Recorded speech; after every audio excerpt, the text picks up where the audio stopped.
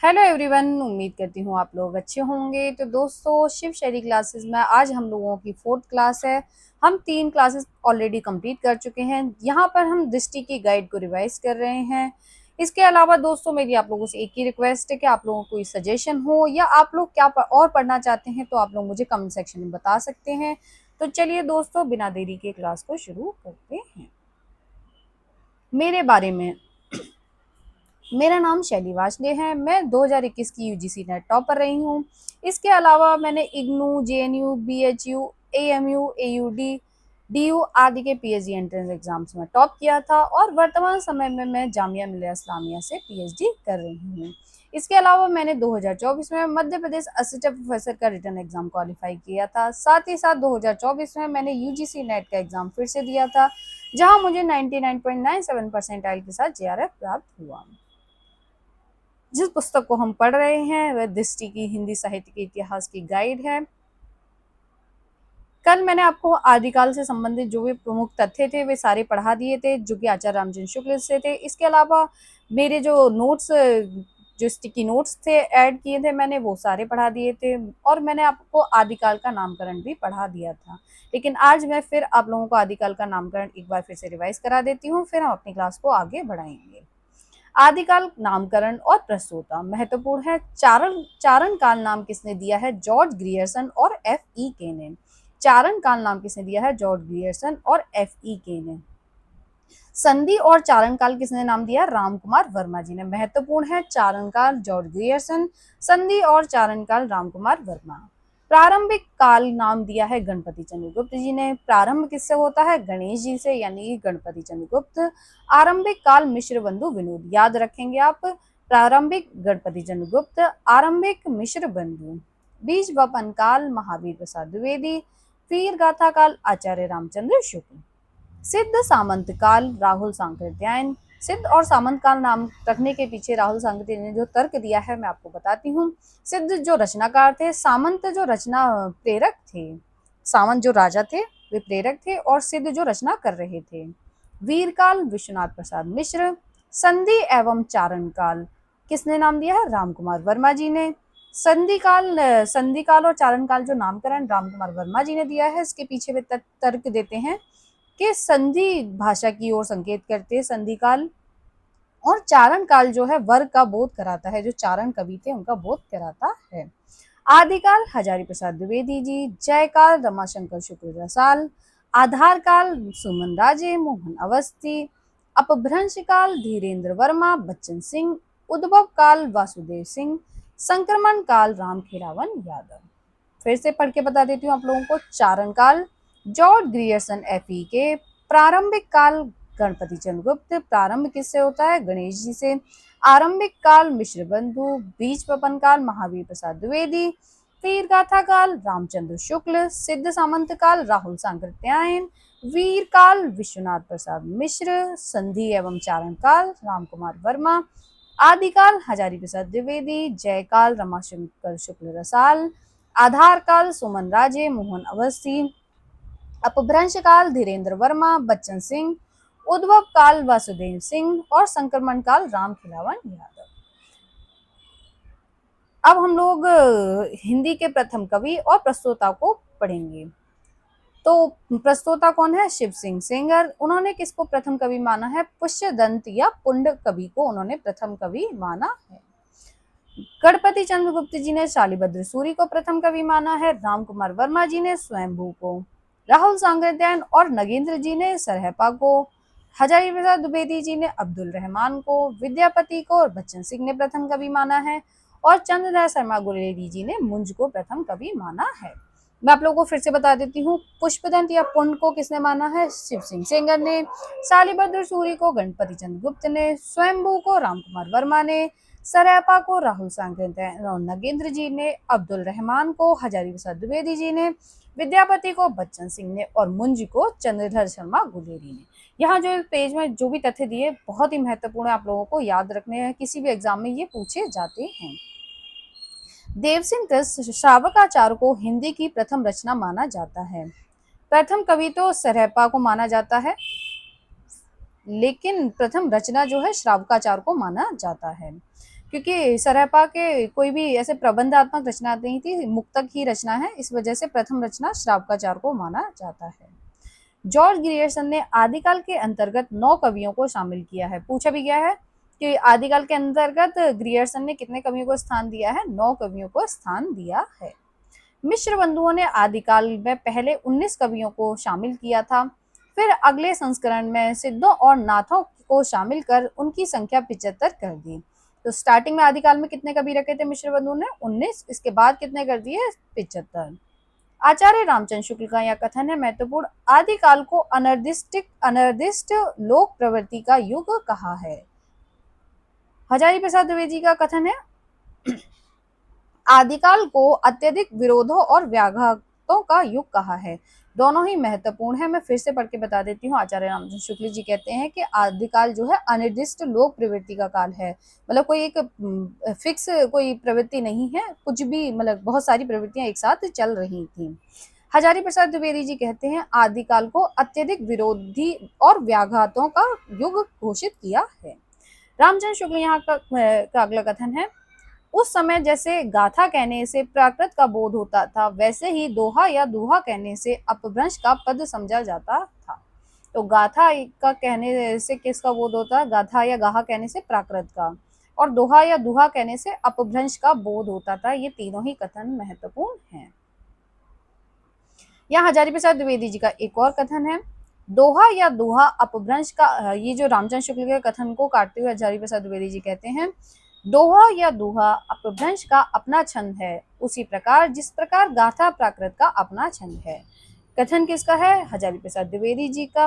रामचंद्र शुक्ल जी कहते हैं कि दोहा या दोहा अपभ्रंश का छंद है, जैसे गाथा या गाहा कहने से प्राकृत का बोध होता है, वैसे ही दोहा या दुहा कहने से अपभ्रंश का बोध होता है। किसने कहा है? रामचंद्र शुक्ल जी ने। हजारी प्रसाद द्विवेदी जी इस बात को काटते हुए कहते हैं कि दोहा या दुहा अपभ्रंश का अपना छंद है, उसी प्रकार जिस प्रकार गाथा प्राकृत का अपना छंद है। अपना अपना छंद की बात किसने की है? हजारी प्रसाद द्विवेदी जी ने।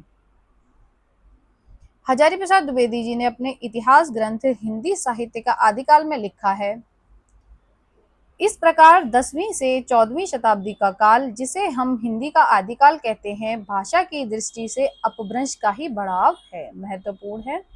जिसे हम आदिकाल कहते हैं, जो 10 से 14वीं शताब्दी का काल है, तो भाषा की दृष्टि से अपभ्रंश का ही बढ़ाव है।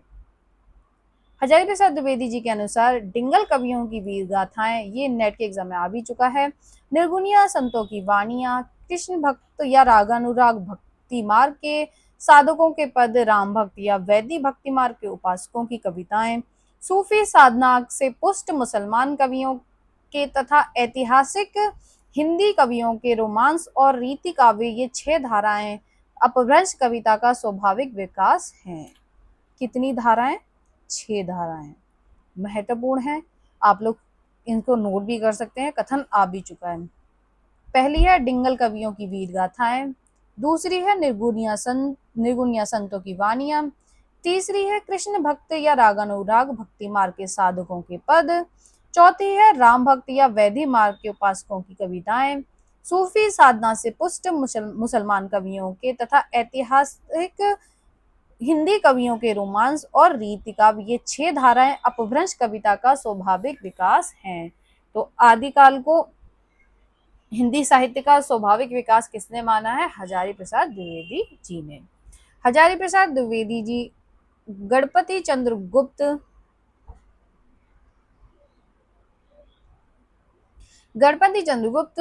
प्रभृति कुछ एक विद्वानों ने अपभ्रंश और हिंदी के मध्य निर्णायक रेखा खींचना कठिन मानकर भक्ति काल से ही हिंदी साहित्य की शुरुआत मानने का मत प्रकट किया है। तो हिंदी साहित्य की शुरुआत कब से मानी है? भक्ति काल से। किसने किसने मानी है?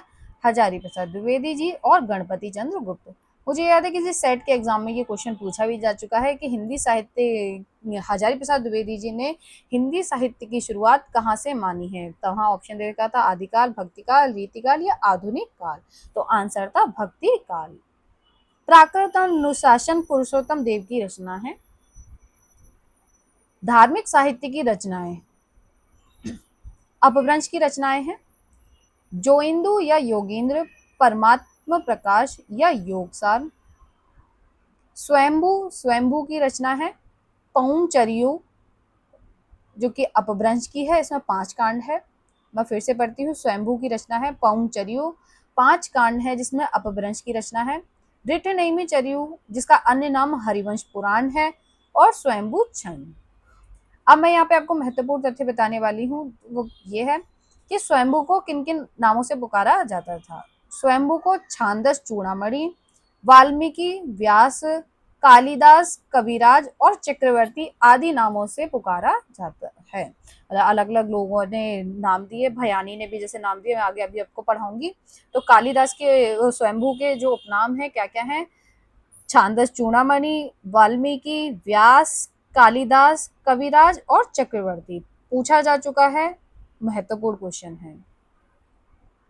अगले हैं हमारे पुष्पदंत। इनके रचनाएं हैं 63 महापुरुष गुणालंकार यानी कि महापुराण, नय कुमार चरियु, नाग कुमार चरित, जसहर चरियु, यशहर चरित्र, और एक और रचना है कोश ग्रंथ।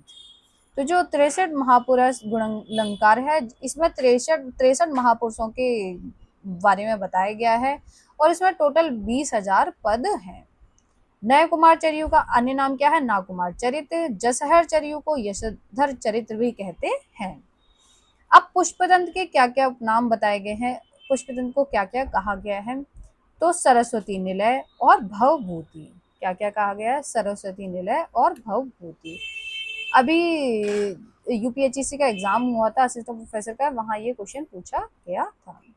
धनपाल की रचना है भविष्य का कहा, मुनि राम सिंह की पाहुर दोहा, हेमचंद्र की महत्वपूर्ण है सिद्ध हेम शब्दानुशासन, ये प्राकृत का व्याकरण है। कुमालपाल चरित, कुमालपाल प्रतिबोध किसकी है? सोमप्रभ सूरी की। और कुमालपाल चरित किसकी है? हेमचंद की।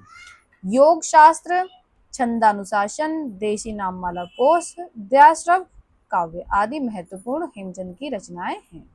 इनके बारे में आगे विस्तार से मैं आपको आगे बताती चलूंगी।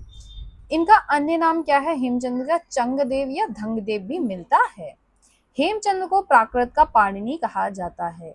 अपभ्रंश का पाणिनि हजारी प्रसाद द्विवेदी जी ने पिशैल को कहा है, लेकिन प्राकृत का पाणिनि कौन है? हेमचंद।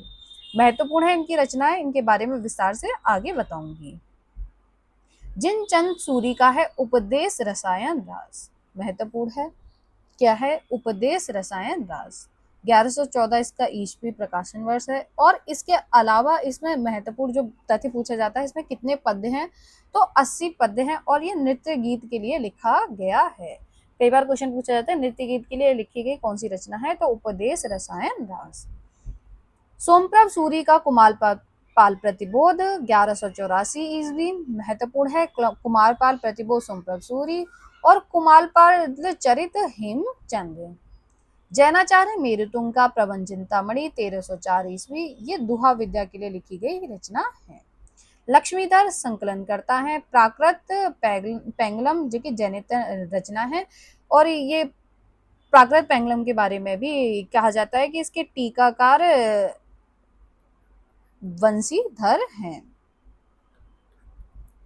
वंशीधर और संकलनकर्ता लक्ष्मीधर महत्वपूर्ण है, आप लोग याद रखेंगे। सिद्धनाथ साहित्य, सरयपा की रचना है दोहा कोश, चर्या गीत कोश। कौन सरयपा की रचना है? दोहा कोश, चर्या गीत कोश। शबरबा की है चर्या पद, शबरबा की रचना है चर्या पद। ये यूपी जीडीसी के क्वेश्चन पेपर हुआ था 2022 या 21-22 के आसपास, वहां पे ये क्वेश्चन पूछा गया था। लुईपा बुद्धोदय, अभिसमय और गीतिका। लुईपा की रचना है बुद्धोदय, अभिसमय और गीतिका। डोम्बिपा की रचना है डोम्बी गीतिका, योगचर्या और अक्षर द्विकोपदेश। तो डोम्बिपा की रचना है डोम्बी गीतिका, योगचर्या, अक्षर द्विकोपदेश। महत्वपूर्ण है, सबको आप याद करते हुए चलेंगे। गोरखनाथ, गोरखनाथ की संस्कृत की रचनाएं हैं सिद्ध सिद्धांत पद्धति, विवेक मार्तंड, शक्ति संगम तंत्र, निरंजन पुराण, वैराट पुराण, गोरक्ष शतक, योग सिद्धांत, योग चिंतामणि। गोरखवाणी का संपादन जो कि पीताम्बर दत्त बड़तवाल ने किया है, इसमें 14 ग्रंथों को संकलित किया है। जैन साहित्य रचनाकार और रचनाएं देवसेन, देवसेन की रचना है श्रावकाचार, इसे हिंदी की प्रथम रचना माना जाता है। वृहद नय चक्र जिसे दव्य सहाय पवास भी कहा जाता है, लघु नय चक्र जिसे नय चक्र भी कहा जाता है। दर्शन सार को जैनाभास भी कहा जाता है। आराधना सार, तत्वसार, भाव संग्रह, सावधम्य, सवाय धम्य दोहा आदि देवसेन की महत्वपूर्ण रचनाएं हैं।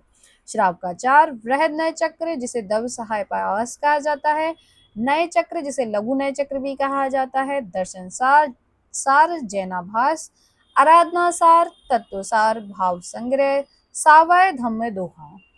अगले हैं हमारे शालिभद्र सूरी। बुद्धिरास इनकी रचना है, जिसे पूर्ण इसके जिसका संग्रहकर्ता कौन है, इनके शिष्य शिवी। भरतेश्वर बाहुबली रास। आजगू कवि की रचना है चंदनमाला रास, जीव दया रास। विनय चंद्र सूरी की है नेमिनाथ चौपई। विनय क्या है, विनय क्या करता है, चौपई पे बैठता है। विनय चंद्र सूरी नेमिनाथ चौपई। जिन धर्म सूरी की है स्तूली भद्र राज। जिन धर्म का अन्य नाम क्या मिलता है, जिनधाम। इनकी रचना है स्तूली भद्र रास। मुनि सुमति गण की रचना है नेमिनाथ रास। नेमिनाथ चौपाई विनय चंद्र सूरी की है, नेमिनाथ रास सुमति गणी की है। विजय सेन सूरी रेवंतगिरी रास। कल्हड़ की आबू रास, कल्हड़ की आबू रास। जल्हड़ किसके पुत्र हैं, चंद बरदाई के। जिन दत्त सूरी की जिन दत्त सूरी फागु। राजशेखर सूरी की है श्री नेमिनाथ फागु, किसकी है, नेमिनाथ फागु। श्री नेमिनाथ फागु किसकी है, राजशेखर सूरी की। फिर से बताती हूँ, नेमिनाथ चौपई, विनय चंद्र सूरी, नेमिनाथ रास सुमति गण, श्री नेमिनाथ फागु राजशेखर सूरी। विरह देसावरी फागु किसका है, राजशेखर सूरी का है। कल्हड़ की रचना हमें अभी हमने पढ़ी आबूरास, और इसके अलावा मैंने बताया कि जल्हन चंद्रबरदाई के पुत्र हैं। दिलहन का है गय सुकुमार रास। गय सुकुमार रास किसका है, दिलहन का। चंद्रमुनि पुराण सार, योग चंद्रमुनि योग सार। रंभा मंजरी नयचंद्र सूरी। महत्वपूर्ण है, ये मध्य प्रदेश असिस्टेंट प्रोफेसर में क्वेश्चन पूछा गया था कि रंभा मंजरी किसकी रचना है, नयचंद्र सूरी की। योग चंद्रमुनि किसकी चंद्रमुनि की रचना है, पुराण सार। योग चंद्रमुनि की रचना है योग सार। नयचंद्र सूरी की रचना है रंभा मंजरी। महत्वपूर्ण है, आप लोग याद रखेंगे। अपभ्रंश की रचना है, यहाँ पे विस्तार से इनके बारे में बताया गया है। डॉक्टर हरदेव बहारी ने 7वीं शताब्दी से 11वीं शताब्दी के अंत तक को अपभ्रंश का स्वर्ण काल माना है। हरदेव बहारी ने 7 से लेकर 11वीं शताब्दी के अंत तक को अपभ्रंश का स्वर्ण काल माना है। पूछा भी गया है, महत्वपूर्ण भी है। अपभ्रंश में 3 प्रकार के बंध मिलते हैं, दोहा बंध, पद्धड़िया बंध और गेय बंध। क्या क्या मिलता है, अपभ्रंश में 3 बंध मिलते हैं, दोहा बंध, पद्धड़िया बंध और गेय बंध। अपभ्रंश का चरित्र काव्य किसी चरित्र विशेष पर आधारित काव्य है, पद्धड़िया बंध में लिखा जाता है। तो कोई चरित्र काव्य है जो किसी चरित्र विशेष के लिखा जाता है, तो किसमें लिखा जाता है, पद्धड़िया छंद बंध में लिखा जाता है। पद्धड़िया छंद में 16 मात्राएं होती हैं, मात्राओं का एक छंद है। इसे लिखे जाने वाले काव्यों को पद्धड़िया बंध कहा जाता है। मैं फिर से बताती हूँ, पद्धड़ी जो है 16 मात्राओं का एक छंद है, इसे लिखे जाने वाले काव्यों को पद्धड़िया बंध कहा जाता है। चरित काव्यों में पद्धड़िया छंद की 8-8 पंक्तियों के बाद धत्ता दिया जाता है, जिसे कड़वक कहा जाता है। तो चरित काव्य जो भी हैं, जो कि पद्धड़िया बंध होते हैं, उसमें 8-8 पंक्तियों के बाद एक धत्ता दिया जाता है, जिसे कड़वक कहते हैं। अगले हैं हमारे जोइंदू या योगींद्र। ये 6ठी शती के कवि हैं। दोहा छंद का आरंभ जोइंदू से माना जाता है। तो ये 6ठी शती के कवि हैं और दोहा छंद का आरंभ इन्हीं से माना जाता है। अपभ्रंश से दोहा छंद की शुरुआत मिलती है। तो दोहा छंद की शुरुआत कहाँ से मिलती है, अपभ्रंश से। और किसने शुरुआत की, जोइंदू या योगींद्र ने। जोइंदू की 2 रचनाएं हैं, परमात्म प्रकाश और योग सार, दोनों ही महत्वपूर्ण है। स्वयंभू स्वयंभू का समय 783 ईस्वी को जैन परंपरा का प्रथम कवि माना जाता है। तो जैन परंपरा का प्रथम कवि कौन है, स्वयंभू। इनके 3 ग्रंथ माने जाते हैं, पौंचर्यु, ऋठनेमिचर्यु और स्वयंभू छंद। पौंचर्यु जो ऋषिनेमि चर्युले का मैंने अभी बताया था, हरिवंश पुराण के नाम से जाना जाता है। और पंचमी चर्यु जो कि नागकुमार चरित के नाम से इनकी एक और रचना मिलती है। जिसे इसके अलावा पौंचर्यु में राम का चरित्र विस्तार से वर्णित है, जिसमें राम को अंत में मुनीन्द्र से उपदेश के बाद जैन आदर्शों के अनुकूल निर्वाण प्राप्त करते हुए दिखाया गया है। तो राम जो है अंत में एक मुनीन्द्र से उपदेश ग्रहण करते हैं और निर्वाण को प्राप्त करते हैं। अगला पॉइंट महत्वपूर्ण है, पौंचर्यु में 5 कांड और 83 संधियों वाला विशाल महाकाव्य है। तो कितने कांड है? 5 कांड है। ऐसा ना हो कि राम कथा का समझ के 7 कांड लगा दे, इसमें 5 कांड है, 83 संधियों वाला विशाल महाकाव्य है। यह अपभ्रंश का आदि काव्य माना जाता है। तो अपभ्रंश का आदि काव्य क्या है? पौंचर्यु। अपभ्रंश में सर्वप्रथम कड़वक पद्धति का प्रयोग 7 अर्धतालियों के बाद एक दोहा, जैसे कि अभी मैंने ऊपर बताया ही था कि कड़वक पद्धति नहीं, मैंने पद्धड़िया के बारे में बताया था, माफी चाहूंगी। कड़वक पद्धति का प्रयोग 7 अर्धालियों के बाद एक दोहा दिया जाता है। स्वयंभू के पुत्र त्रिभुवन ने इसमें 7 और संधियों को जोड़कर 90 संधियों में पूर्ण किया। स्टार्टिंग में जब स्वयंभू ने लिखा था तो 5 कांड और 83 संधियां थी। 7 संधियां जो है त्रिभुवन उनके पुत्र स्वयंभू के पुत्र ने जोड़ दी। तो अब इसमें कितनी संधियां हैं? तो अब इसमें 90 संधियों का पूर्ण महाकाव्य है। तुलसीकृत रामचरितमानस पर इसका प्रभाव पड़ा है। डॉक्टर भयानी ने इन्हें अपभ्रंश का कालिदास कहा है। तो अपभ्रंश का कालिदास किसे कहा जाता है? पहला पॉइंट यही है। स्वयंभू को किसने कहा है? डॉक्टर भयानी ने। अपभ्रंश में कृष्ण कथा का आरंभ का श्रेय ही स्वयंभू को दिया जाता है। अपभ्रंश में कृष्ण कथा का आरंभ किसने किया? स्वयंभू ने। अपभ्रंश में राम काव्य परंपरा की शुरुआत किसने की? स्वयंभू ने। स्वयंभू को अपभ्रंश भाषा का वाल्मीकि और व्यास भी कहा जाता है। तो वाल्मीकि, व्यास और कालिदास किसे कहा जाता है? स्वयंभू को। स्वयंभू ने अपनी भाषा को देशी भाषा कहा है। यहाँ आगे राहुल सांकृत्यायन जी के महत्वपूर्ण कथन है। स्वयंभू का रामायण हिंदी का सबसे पुराना और सबसे उत्तम काव्य है। किसने कहा है? राहुल सांकृत्यायन जी ने। स्वयंभू का रामायण हिंदी का सबसे पुराना और सबसे उत्तम काव्य है, कथन है राहुल सांकृत्यायन जी का। स्वयंभू हिंदी के सर्वोत्तम कवि है। किसने कहा है? राहुल सांकृत्यायन जी ने। दूसरा स्थान इन्होंने पुष्पदंत को दिया है। महत्वपूर्ण है, अभी तक ये क्वेश्चन आ भी चुका है। मुझे याद है बीएचयू एंट्रेंस एग्जाम में आया था कि स्वयंभू हिंदी के सर्वोत्तम कवि हैं। किसका कथन है? राहुल सांकृत्यायन जी का। आगे ये भी आ सकता है कि दूसरा स्थान किसको दिया है, या दूसरा महत्वपूर्ण कवि किसको माना है? तो पुष्पदंत को। अगले हैं हमारे पुष्पदंत। पुष्पदंत मूलतः शैव थे, परंतु बाद में अपने आश्रयदाता के अनुरोध पर जैन हो गए। कौन सा कवि पहले शैव था, बाद में जैन हुआ? तो हमारे पुष्पदंत जी पहले शैव थे, बाद में जैन हुए। इनके समय को लेकर विवाद है। शिव सिंह सेंगर ने 7वीं शताब्दी, हजारी प्रसाद द्विवेदी जी ने 9वीं शताब्दी, सामान्यतः 972 यानी कि 10वीं शताब्दी इनका समय माना जाता है। अगर सर्वमान्य रूप से पूछा जाए तो 10वीं शती, शिव सिंह सेंगर जी ने 7वीं शती और हजारी प्रसाद द्विवेदी जी ने 9वीं शती माना है। इनकी 3 रचनाएं हैं। 63 महापुरुष गुणालंकार, जिसे 63 महापुरुषों के यहाँ पे चरित्र चित्रण किया गया है, जिसे महापुराण के नाम से भी जाना जाता है। नय कुमार चरियु यानी कि नागकुमार चरित्र, जसहर चरियु जिसे यशोधर चरित्र भी कहा जाता है। रामचंद्र शुक्ल ने इनके 2 और ग्रंथों का उल्लेख किया है, आदि पुराण और उत्तर पुराण। महत्वपूर्ण है, इन दोनों को चौपाइयों में रचित बताया है। तो रामचंद्र शुक्ल जी के अनुसार आदि पुराण और उत्तर पुराण की रचना किस में हुई है? दोहे में या चौपाई में? बहुत कंफ्यूजन होगी, यहाँ पे चौपाई में हुई है, ना कि दोहे में। दोहे की शुरुआत अपभ्रंश साहित्य जरूर हुई है, लेकिन आदि पुराण और उत्तर पुराण चौपाई में लिखा, आप लोग याद रखेंगे। महापुराण जो कि 63 महापुरुष गुणालंकार के नाम से प्रसिद्ध है, वह 63 महापुरुषों का जीवन चरित्र है। ये मैं आपको बता ही चुकी हूँ। तीनों चरित्र आख्यान काव्य हैं और चौपाइयों में है। महत्वपूर्ण है, ये सारे ही किसमें है? चौपाई में। याद रखिएगा, पूछा भी जाता है। जैन साहित्य में चरित्र काव्य प्रचुर मात्रा में लिखे गए। तो जैन साहित्य में कैसे काव्य प्रचुर मात्रा में लिखे गए? चरित्र काव्य। पुष्पदंत के दोनों चरियों के अलावा कनकाकर मुनि कृत कंड चरित्र भी प्रसिद्ध है। तो कनकामर मुनि का क्या रचना है? करकंड चरित्र। अपभ्रंश में चौपाई 15 मात्राओं का छंद था। तो अपभ्रंश में चौपाई में कितनी मात्राएं थी? 15। पदड़िया में कितनी थी? 16 मात्राएं। और चौपाई में कितनी है? 15 मात्राएं। महत्वपूर्ण है, आप लोग याद रखेंगे।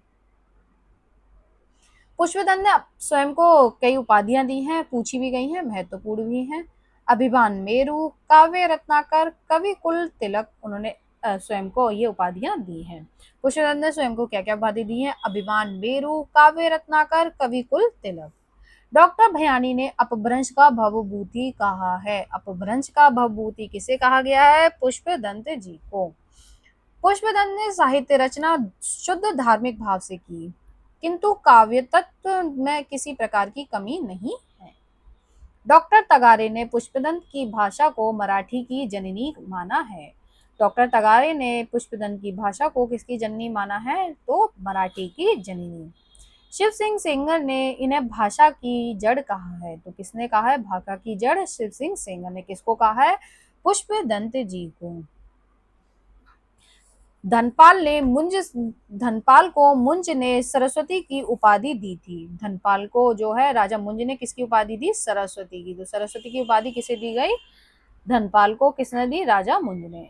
10वीं शती में भविष्य कहा नाम की एक रचना की। धनपाल की रचना है भविष्य कहा, और कब की है? 10वीं शती की, जिस समय के पुष्पदत्त हैं। भविष्य कहा का संपादन डॉक्टर याकोबी ने किया था। तो भविष्य कहा का संपादन किसने किया था? डॉक्टर याकोबी ने किया था। भविष्य कहा का संपादन किसने किया? डॉक्टर याकोबी ने।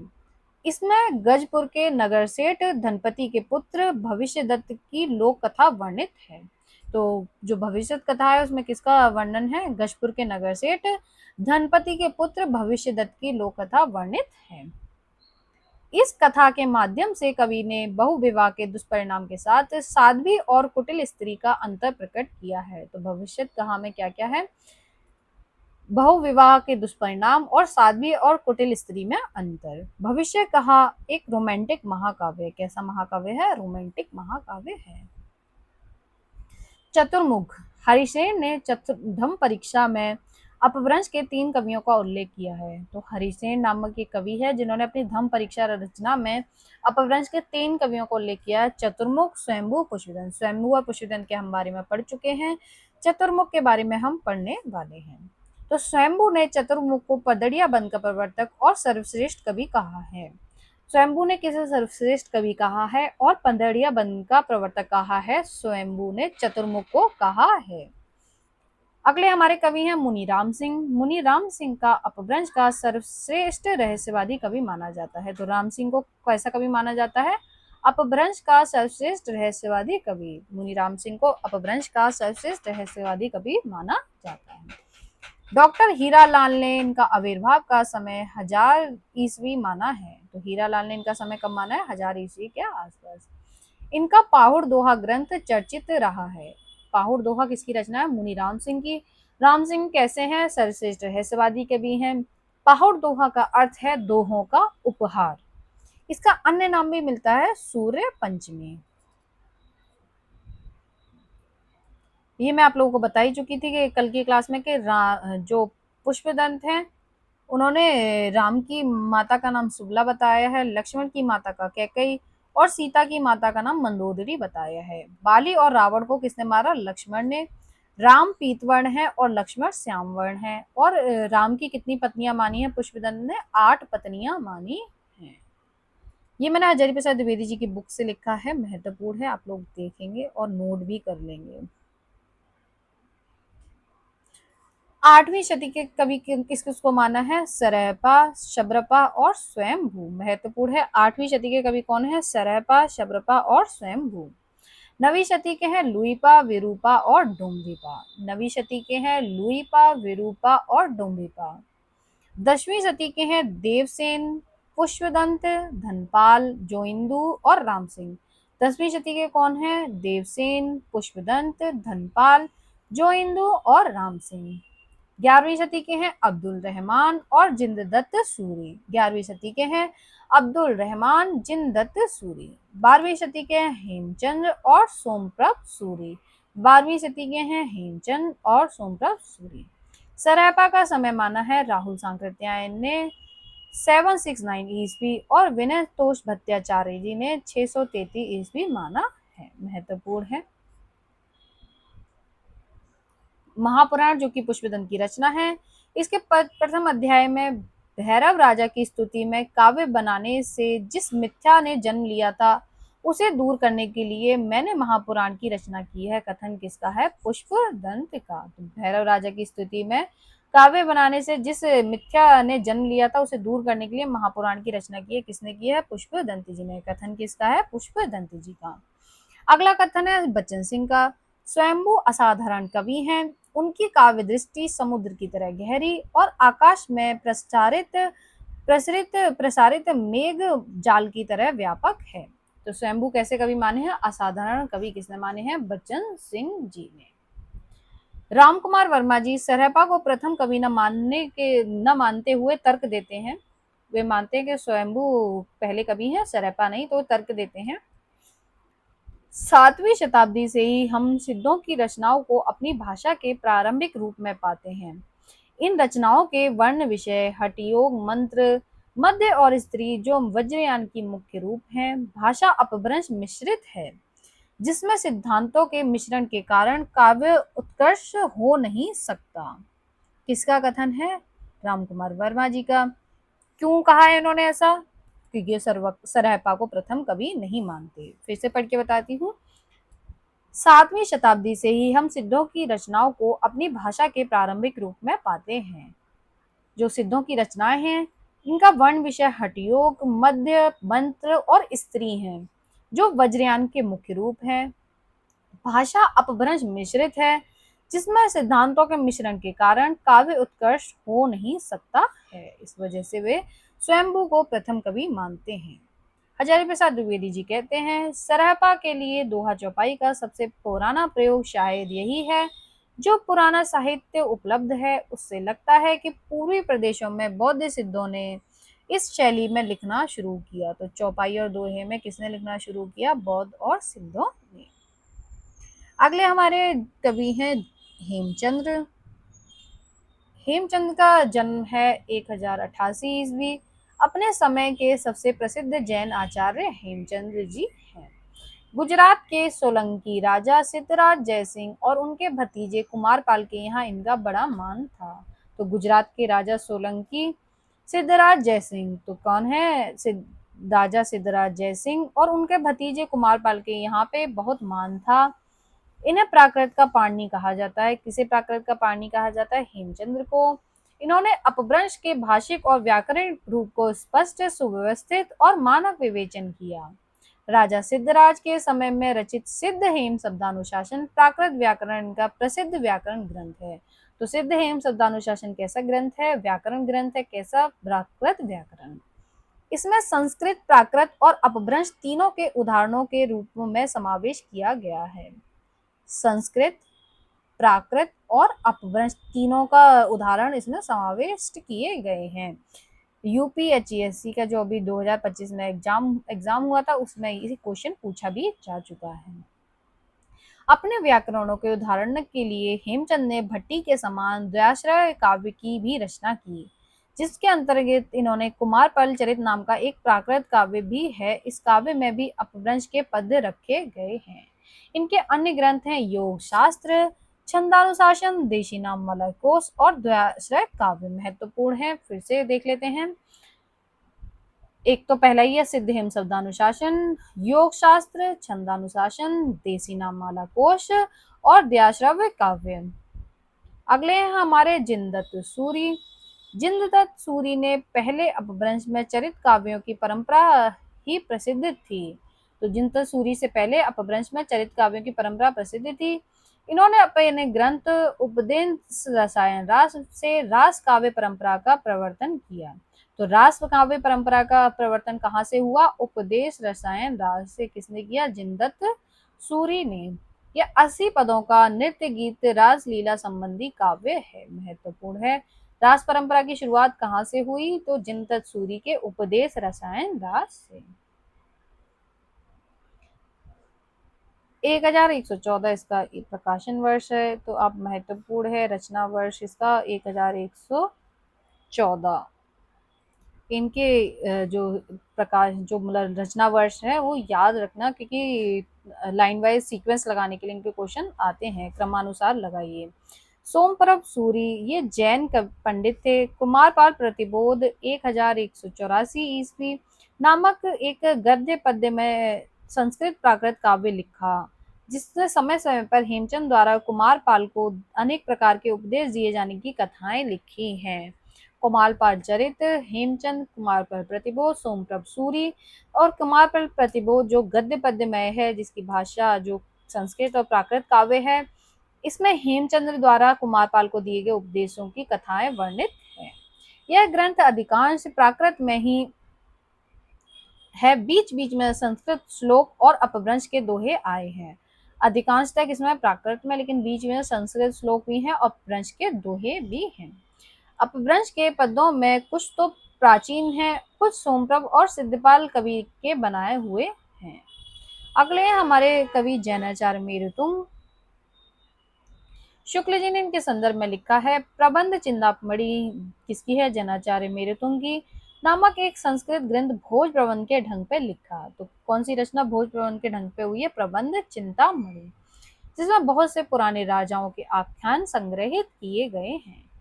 इन्हीं आख्यानों के अंतर्गत बीच बीच में अपभ्रंश के पद भी उद्धृत हैं, जो कुछ पहले से चले आते थे।